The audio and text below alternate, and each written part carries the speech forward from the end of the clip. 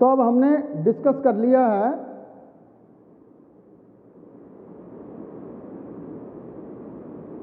Profiles of manager and managed. मैं senior subordinate word use नहीं करना चाहता, क्योंकि जब हम मैनेजर की बात कर रहे हैं तो हमें मैनेजमेंट की भाषा में बात करनी चाहिए। और हमने ये देखा कि जब यहाँ पर्सनैलिटी टाइप्स का डिफरेंस हो, why a person behaves in a way he does, क्यों करता है। कोई बंदा है वो बैक एंड पे काम करने वाला है, आप उसको सेल्स में लगा दो, सेल्स वाले को कहो कि नहीं नहीं तू बैक एंड पे काम संभाल ले, फील्ड वाले को ऑफिस में लगा दो, ऑफिस वाले को फील्ड में लगा दो, क्योंकि उस बंदे ने इंटरव्यू में बातें आपको बहुत इंटरेस्टिंग आइडियाज़ दिए हैं कि मैं ये कर लूँगा, मैं ये कर लूँगा। Companies do commit mistakes in hiring people. तो वो पर्सनैलिटी टाइप्स वाला लेसन है, उसको जरूर पढ़िएगा। अब आगे हम आते हैं कि बॉस जो है, बॉस की गलतियां क्या होती हैं, what are the mistakes of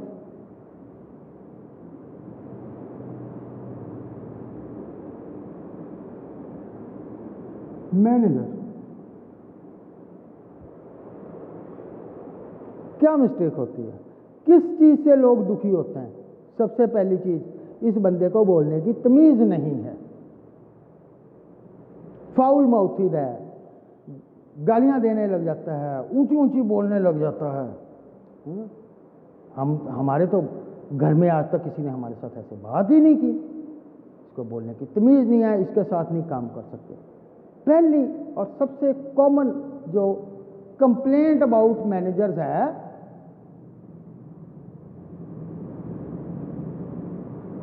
way of talking. ये क्या शो करती है, उस बंदे की ग्रूमिंग सही नहीं है, ही कांट हैंडल प्रेशर, या उसकी ग्रूमिंग हुई ही ऐसे है कि गाली गलौज करना है, लोगों के खून पीने के पैसे मिलने। उसको क्या सिखाया गया है, उसके जिन लोगों के साथ उसने काम किया, आपका मैनेजर है ना, कुछ लोगों के साथ काम करके आया होगा, वो थोड़ा सा कल्चर साथ में लेके आता है इंसान। You can't help it.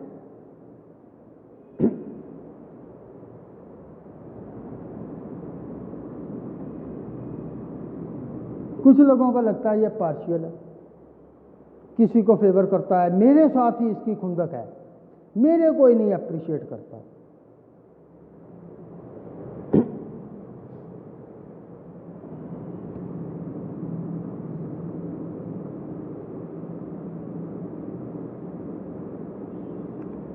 जो सीनियर लोग होते हैं, पुराने होते हैं, जिन्होंने इंडस्ट्री में 25-30 साल लगा लिए हैं, उस ऑर्गेनाइजेशन में 25-30 साल लगा लिए हैं, उनके ऊपर जब एक यंगर बॉस बिठा दिया जाता है तो उनको लगता है कि इस बंदे को एक्सपीरियंस नहीं है। पॉजिटिव है ये चीज़, पॉजिटिव क्रिटिसिज्म। कई बार यंग लोग भी जो होते हैं वो भी कहते हैं कि मेरा 3 साल का एक्सपीरियंस है, ये 4 साल का एक्सपीरियंस वाला मेरे ऊपर बॉस बना के बिठा दिया, इसको क्या एक्सपीरियंस है, ये थोड़े ना मेरे को हैंडल कर सकता है। तो lack of experience.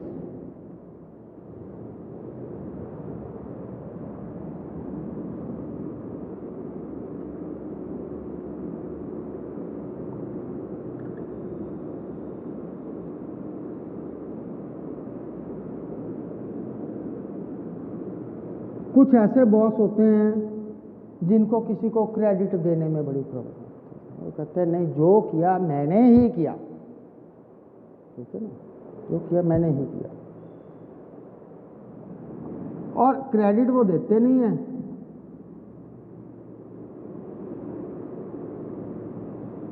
Blame shifting करने में वो बड़े एक्सपीरियंस्ड होते हैं। ये भी मैनेजर की मिस्टेक है।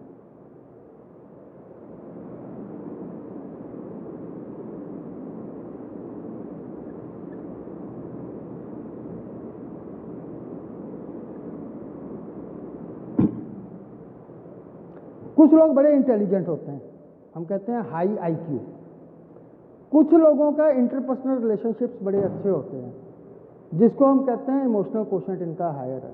ये लोगों की इमोशंस को समझ लेते हैं, उस हिसाब से बात करते हैं। तो बॉस का इमोशनल कोशेंट लो हो सकता है, वो समझता ही नहीं, वो रादर इस चीज़ में प्राइड फील करता कि आई एम ए ड्राइवर, मैं तो लोगों को धकियाता हूँ, ठीक है, ये सब टुच्चड़ हैं, इनको अकल नहीं है, तो मैं ही इनको चला रहा हूँ, जबकि वो उनकी बात को समझ के भी अच्छा काम उनसे निकलवा सकता है। इमोशनल कोशेंट उसका लो है and he has not been developed to improve that. ये HRM की कहें या HRD की कहें, किन की फॉल्ट है, ठीक है ना। HRM is human resource management, that deals with managing सब कुछ, आपकी परफॉर्मेंस ये वो, और जो डेवलपमेंट है वो HRD का पोर्टफोलियो है, ट्रेनिंग्स उनकी हैं, ठीक है, एम्प्लॉय इम्प्रूवमेंट उनकी है। तो अगर आपका HRD अच्छा है, कंपनी इन्वेस्ट कर रही है लोगों की ट्रेनिंग में, तो this will be ultimately gone. अगर आपकी कंपनी में HRM ही है या पर्सनल मैनेजर्स ही हैं, तो फिर, और बॉस खुद को डेवलप नहीं करना चाहता, तो फिर आप ईश्वर भरोसे हैं।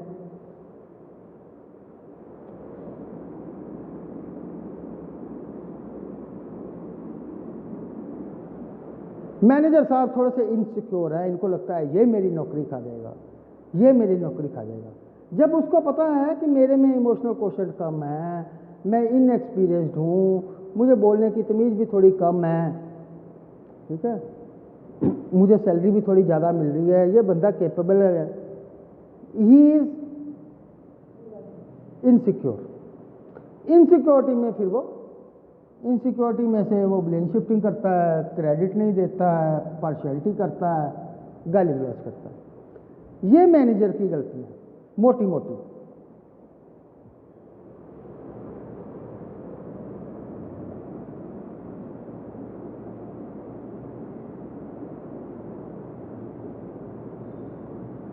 मिस्टेक्स ऑफ द मैनेज्ड, पहली यही वे ऑफ टॉकिंग,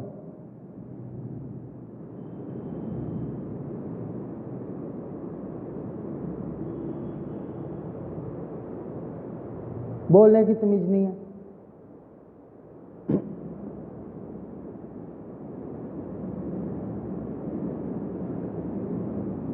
इनएक्सपीरियंस्ड है, काम करने का शऊर नहीं है।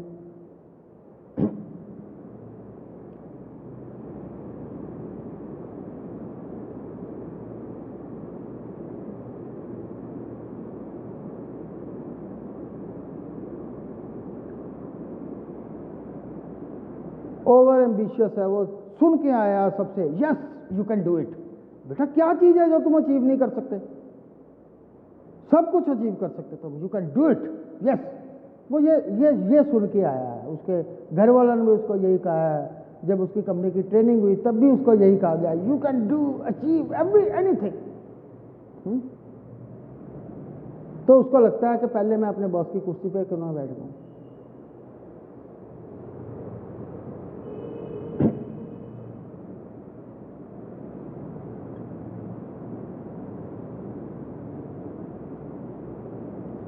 फील्स एंटाइटल्ड, कहता मैं कंपनी पे एहसान किया, देखो मेरी जैसी बैकग्राउंड वाला बंदा, ठीक है, I am an engineer, belong to a very well educated high placed bureaucratic family, मैं आपकी कंपनी में आकर ये काम कर रहा हूँ, आप मेरे को बिठा के नमस्कार करो, ठीक है, यहाँ हर एक चीज़ पे आप मेरे को अप्रिशिएट करो, on every small thing you appreciate, well done well done well done. उनके हिसाब से ये भी है।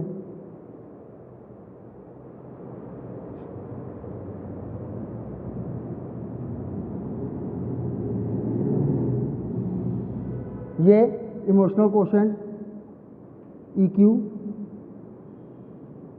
उसको भी ना अपनी इमोशंस हैंडल करनी आती है ना दूसरे की करनी आती है। फिर आता है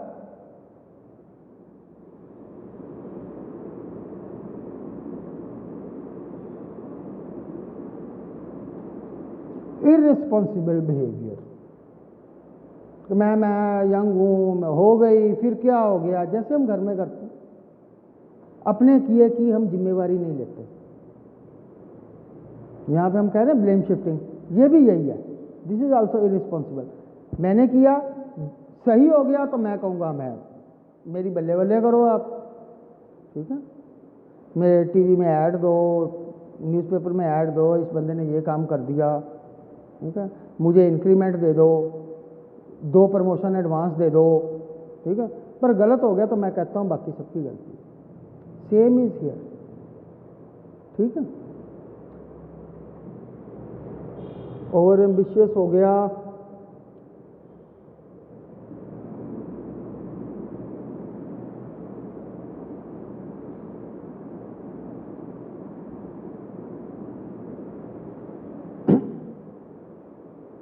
वे ऑफ टॉकिंग में भी कम्युनिकेशन आता है, पर कम्युनिकेशन रिटर्न में भी आता है, with higher ups, with subordinates, within the company, outside the company. आप कैसे कम्युनिकेट करते हो ये भी नहीं आता। आप बाहर जाकर को हमारी कंपनी ऐसा ही है, तो आपका बॉस आपको लड्डू थोड़े ना खिलाएगा आके, if you comes to know. You bad mouth about your boss, आप बॉस को बाहर जाके गालियां दे रहे हो, कह रहे हो ये बंदा ढंग का नहीं है, आपके बॉस को पता चल जाता है, किसी के थ्रू पता चलता है। दुनिया बड़ी छोटी है, शहर बड़ा होता है।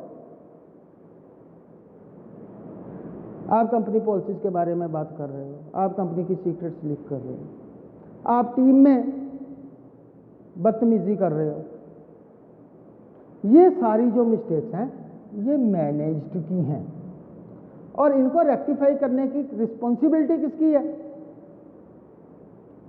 इनको रेक्टिफाई करने की रिस्पॉन्सिबिलिटी किसकी है?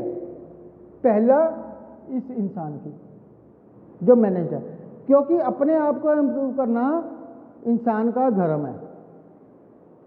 आप इम्प्रूव नहीं करेंगे, आप अडेप्ट नहीं करेंगे तो आप डायनासोर हो जाएंगे, आउट ऑफ रेस हो जाएंगे। इन सब चीज़ों को इम्प्रूव करना सबसे पहले जो बंदा मैनेज्ड है उसकी रिस्पॉन्सिबिलिटी है, उसके बाद उसके मैनेजर की रिस्पॉन्सिबिलिटी। इसको ये चीज़ें समझाना।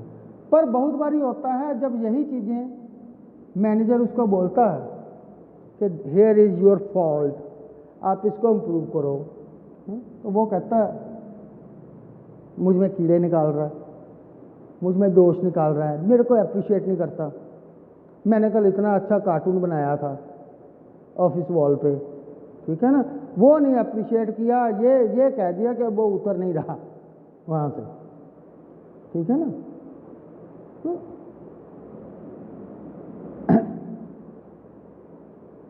बहुत बारी ये चीज़ें जो हैं ये रीज़न है क्योंकि आप खुद यहाँ पे अपने आप को इम्प्रूव नहीं करना चाह रहे।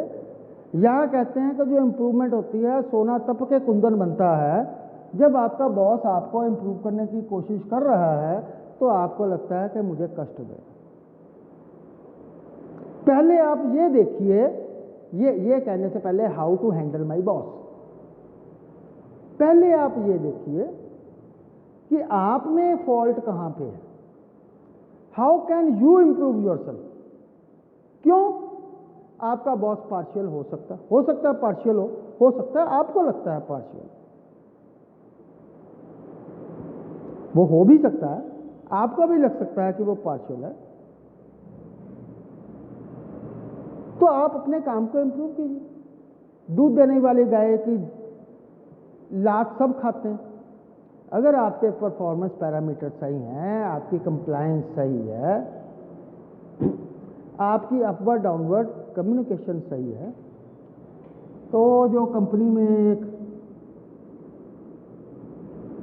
एचआर मैनेजर बैठा है जिसका काम है रिक्रूटमेंट्स एंड प्रमोशंस, वो सब ये चीज़ें नोट करेगा।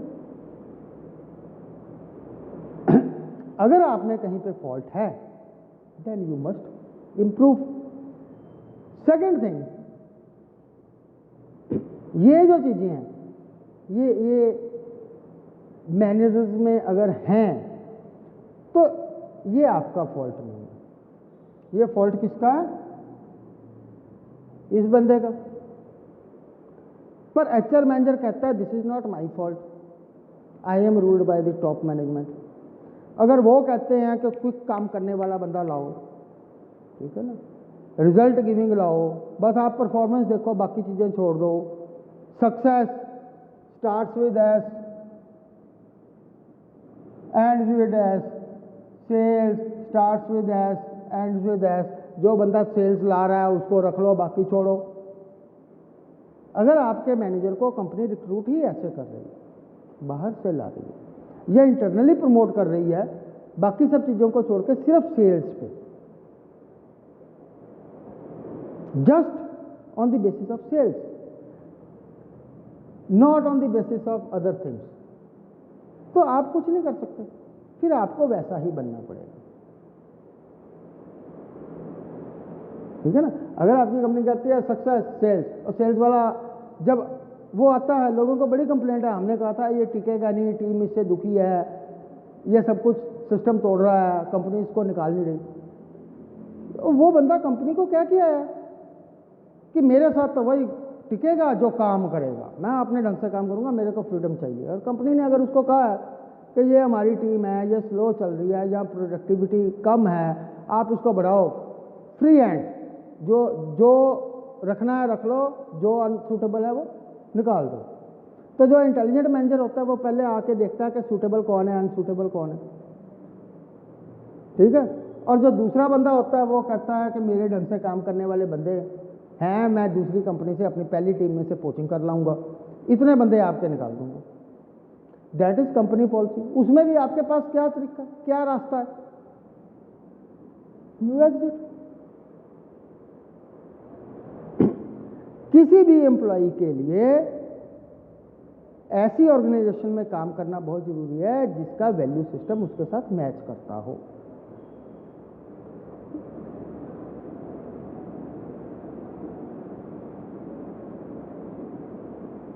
जब ऑर्गेनाइजेशंस अच्छी होती हैं, वो अपने लोगों को डेवलप करती हैं, तो जो ऑर्गेनाइजेशन का वैल्यू सिस्टम है वही वैल्यू सिस्टम सारे एम्प्लॉयज का हो जाता है, जिसको हम कहते हैं ये कंपनी कल्चर है।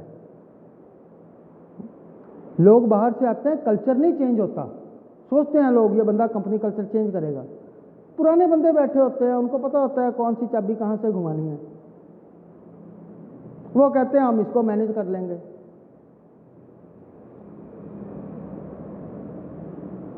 ये वैल्यू सिस्टम जो है, this comes from the top management.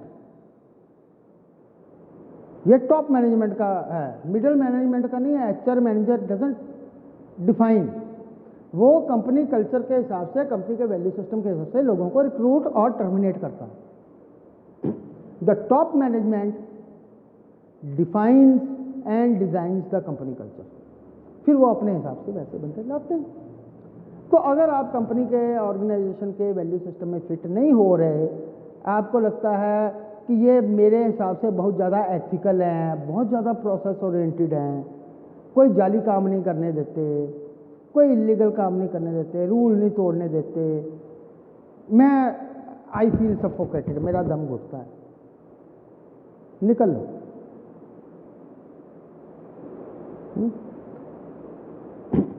अगर आपको लगता है कि यहाँ पे कोई सिस्टम ही नहीं है, कहते भाई जैसे मर्जी धंधा ला, जो मर्जी कर, बाय हुक और बाय क्रुक, ठीक है, बाकी हम देख लेंगे, ठीक है, आप वैसा करना नहीं चाहते, तो भी आपके पास क्या रास्ता है?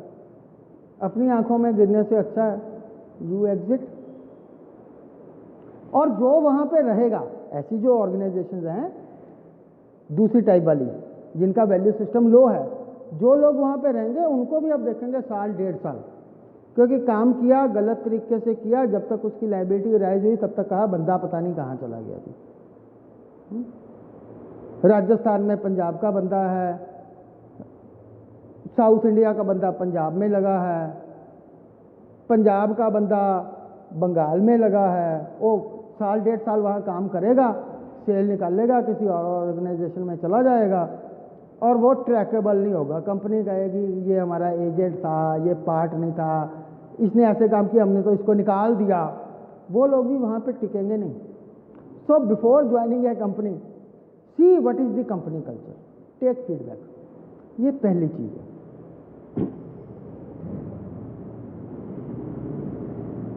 क्योंकि इन चीज़ों को आप हैंडल नहीं कर सकते। जो बंदा खुद डेवलप नहीं होना चाहता, या जो जानबूझ के ये कर रहा है, एक एम्प्लॉई, कोई भी एम्प्लॉई है टीम का, उसकी दौड़ कहाँ तक है? एचआर मैनेजर तक है। सेल्स वाला है, वो अच्छा परफॉर्मर है, तो उसको कोई रीजनल मैनेजर, कोई सेल्स मैनेजर, कोई मार्केटिंग मैनेजर उसकी सुनेगा। अगर उसका भाई बिजनेस ही नहीं आ रहा तो उसकी किसी ने नहीं सुननी।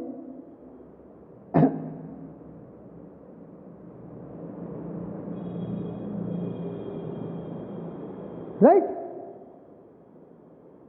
तो हैंडल योर बॉस की बजाय पहले कहो how I manage my self, how can I improve. मैं अपने आप को कैसे इंप्रूव करूं कि मेरा बॉस उसको मुझे अच्छी तरह से ट्रीट करे। गोल बंदे का ये होना चाहिए। अगर आप इस गोल पे चलते हैं कि मैं अपने आप को इंप्रूव कर लेता हूं, होगा मेरा बॉस इनसिक्योर, हो ही जाए, क्या फर्क पड़ता है?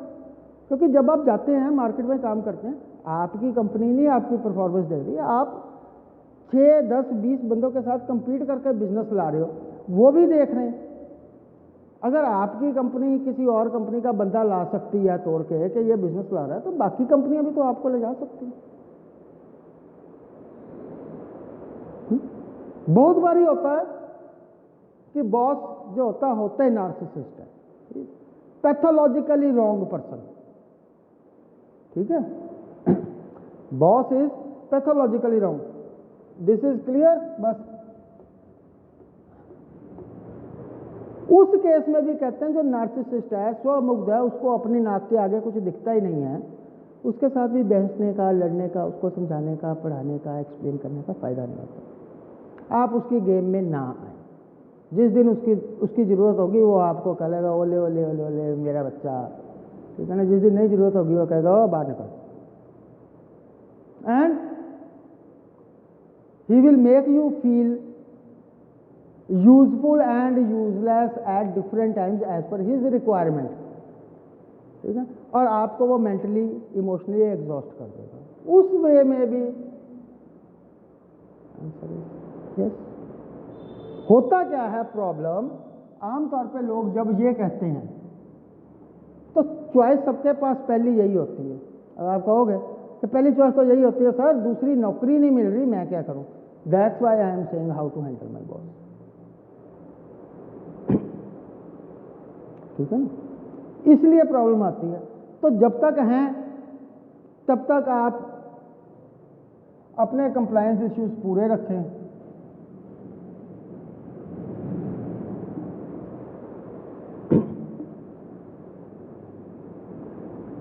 अपने टारगेट्स अचीव करते रहें।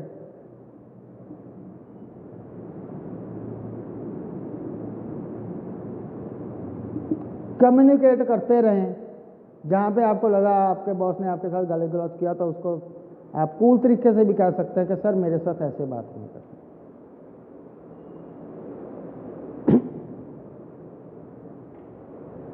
बाहर उसकी बैड माउथिंग ना करें। अगली इंटरव्यू में भी जाके ये ना कहें कि मेरी बॉस के साथ नहीं बनती, मेरा बॉस कुत्ता है, ही बाक्स भौंकता है, मैं नहीं सह सकता। कोई कंपनी नहीं आपको रखेगी जब तक उनके पास ये फीडबैक नहीं है। क्योंकि उनके पास भी उन्होंने भी कुछ रखे हैं ऐसे लोग जिनका काम है कि लोगों को धमका के काम करवाना। दोनों तरह के लोग हैं। एम्प्लॉयज़ भी लेजी होते हैं, बहुत लेजी होते हैं। कहते हैं लाख रुपया टारगेट है, ठीक है, 80,000 कर लूँ बहुत है। लाख कर लिया तो कल को कंपनी मेरा 1.5 लाख टारगेट कर देगी, तो मैं बस रोक देता हूँ 80 पे। मतलब we don't know the meaning difference between smart and wise. कुछ लोग हैं मेरे कांटेक्ट में ऐसे जो कहते हैं टारगेट अचीव नहीं करना, बस 90% पे छोड़ देना, 3 दिन मैं बीवी के साथ घूमने चला जाऊंगा, अगले महीने में डालूंगा। अचीव कर लिया, अगले महीने बॉस मेरे के पास तो परफॉर्मेंस कम है, उसने सारा जो बोझ है मेरे ऊपर डाल देना, वो कहेगा और बिजनेस ला, और बिजनेस ला। तो आई एम एक्टिंग स्मार्ट, ठीक है। बट वो बंदा स्मार्ट एक्ट कर रहा है पर वो वाइज नहीं कर रहा, क्योंकि वो अपनी ग्रोथ प्रोस्पेक्ट्स को रोक रहा है।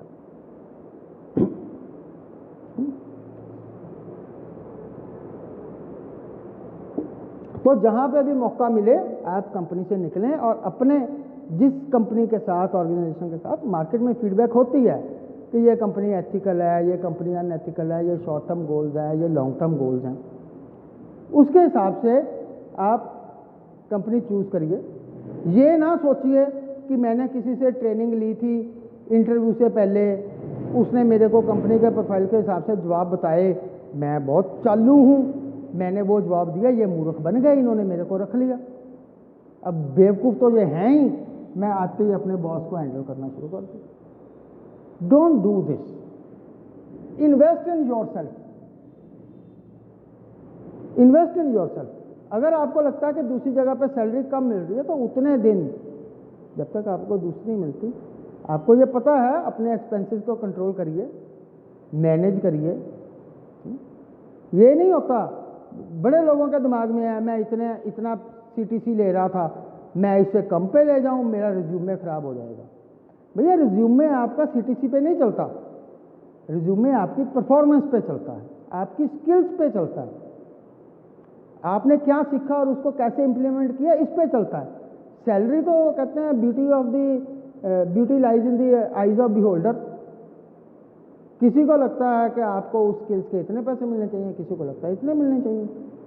आपने कितने लोगों को इम्पैक्ट किया अपनी स्किल से, या आपने अपने आप को कितना इम्प्रूव किया आगे के लिए, इस चीज़ पे रिज्यूमे चलता है। ये अकेला CTC पे नहीं चलता।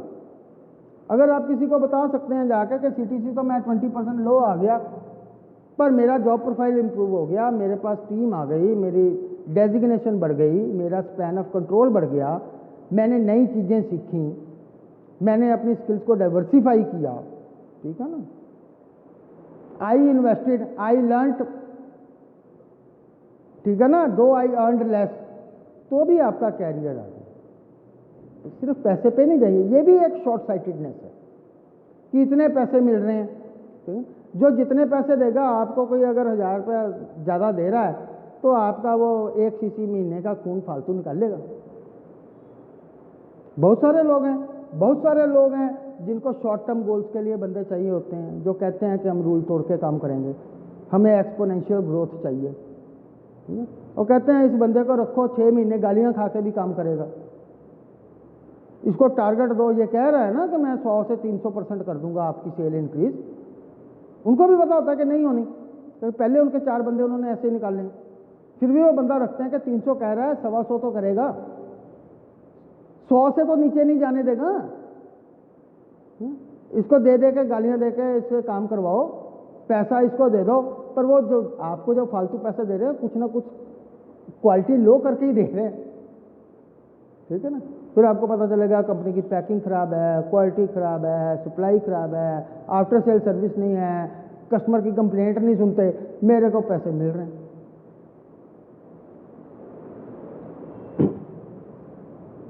दैट एंड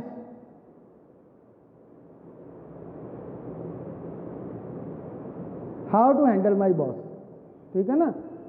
अब मैंने कहा था कि इसको और तरीके से कह सकते हैं, द राइट अप्रोच मेरे हिसाब से जो बनती है वो है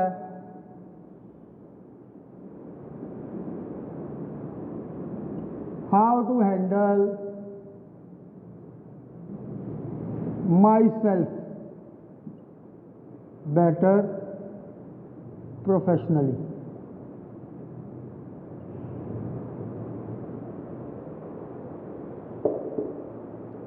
ये जो प्रोफेशनल शब्द है ये बड़ी रिस्पॉन्सिबिलिटी वाला वर्ड है। कोई भी काम हम करते हैं, हम किसको कहते हैं, रोजगार, एम्प्लॉयमेंट किसको कहते हैं, मैंने कोई सर्विस दी, मैंने कोई काम किया, उसके बदले में मुझे पैसे मिले, ठीक है। ये प्रोफेशनल जो है ये कोई BTech, MBA, कोई CA, CS, ऐसे कॉलेज से डिग्री लेके नहीं बंदा बन जाता, ऐसे कॉलेज से आपको एक प्रोफेशनल डिग्री मिलती है, आप प्रोफेशनल नहीं बन जाते। आपको लाइसेंस मिल गया, आपने MBBS कर ली, आपको लाइसेंस भी मिल गया, आपके पास एक प्रोफेशनल लाइसेंस है, you have a licence to act in a professional capacity. Professional responsibility इसलिए है कि प्रोफेशनल का मतलब है कि जो बंदा with in the framework of law काम करता है उसको प्रोफेशनल कहते हैं। ये सब कुछ होने के बाद, despite having certifications and qualifications and memberships of all professional bodies, अगर आप काम इलीगल कर रहे हैं तो आपकी जो आपको प्रोफेशनल नहीं कहा जाएगा, आपको कमर्शियल कहा जाएगा।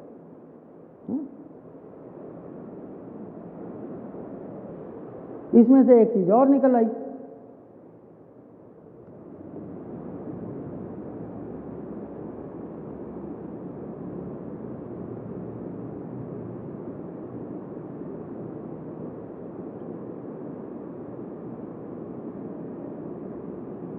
कि आपको आपके प्रोफेशन से रिलेटेड जो भी लॉज हैं उनका पता होना चाहिए। आप किसी स्कूल में हैं, आपको पता होना चाहिए क्या लॉज हैं, क्या बाई लॉज हैं, आपके बोर्ड के क्या लॉज हैं, लीगल लॉज क्या हैं। ठीक है, आप इंजीनियर हैं तो आपको लॉज पता होना चाहिए, आप डॉक्टर हैं, CA हैं, जो भी हैं, सेल्स में हैं, मार्केटिंग में हैं, छोले कुलचे बेचते हैं, that is also a profession, तो भी आपको लॉ पता होना चाहिए। ठीक है ना, आज की डेट में लॉ है कि आप वहाँ पे खड़े होकर खिला नहीं सकते किसी को, आपको पता होना चाहिए, नहीं तो आपका चालान हो जाएगा। आप पैकिंग दे रहे हैं तो आप प्रोफेशनल हैं, you are acting professionally without a professional degree. आप वहाँ पे खड़े होकर खिला रहे हैं, आपके पास होगी डिग्री होटल मैनेजमेंट की, आप प्रोफेशनल नहीं है। This is the best approach in my way, कि अपने आप को इम्प्रूव करें, how to handle myself कहें, बॉस कैन बी हैंडल्ड। दूसरी चीज जो आप कह सकते हैं, हाउ टू इम्प्रूव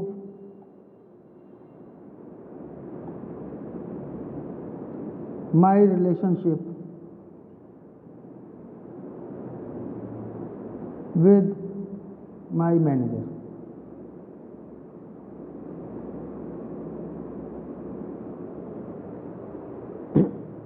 ये दो बनते हैं, इन दोनों में जो ओनस है दैट लाइज ऑन मी। मैं कैसे इंप्रूव करूं, मैं अपने आप को इंप्रूव कैसे करूं, मैं क्या करूं कि मेरी और मेरे मैनेजर की रिलेशनशिप इंप्रूव हो जाए। तो इसलिए लोग इसको करने से डरते हैं और ऐसे लोगों की बातों में आ जाते हैं जो कहते हैं कि नौकरी नौकरी नहीं होती, चाकरी भी होती है, बॉस की चमचागिरी करनी पड़ती है, ये बॉस के घर सब्जियां लेके जानी पड़ती हैं, बॉस की बीवी को शॉपिंग के लिए ले जाना पड़ता है, उसके घर कोई पार्टी हो वहाँ पे चाय भी सर्व करनी पड़ती है। दैट ऑल मे वर्क अगर आपका कंपनी कंप्लायंस पूरा है। आपकी कंपनी वर्क की कंप्लायंस नहीं पूरी तो आप चाहे उसके घर सब्जियां लेके जाओ, चाहे उसके बच्चे खिलाओ, चाहे उसकी बेबी सिटिंग करो, उसके घर की गार्ड ड्यूटी करो, ठीक है, उसके पार्टियों में आप प्लेट्स सर्व करो, ठीक है, उसको कहो आप मालिक मैं आपका पप्पी, फिर भी वो कहेगा भाई तेरी नौकरी बचाने के लिए मैंने अपनी नहीं गवा लेनी, ठीक है, यू रिजाइन, मैं तेरे को ज़्यादा से ज़्यादा वो ये कर देगा कि भाई तू रिजाइन कर दे, मैं तेरा अकाउंट सेटल करवा दूंगा। वो आपका कैरियर नहीं बन सकता। वैसे चमचागिरी से कैरियर नहीं बनता, जैसे उधार से उधार नहीं होता, ऐसे ही चमचों का कैरियर नहीं बनता, चमचों की नौकरी चलती रहती है। Focus on career.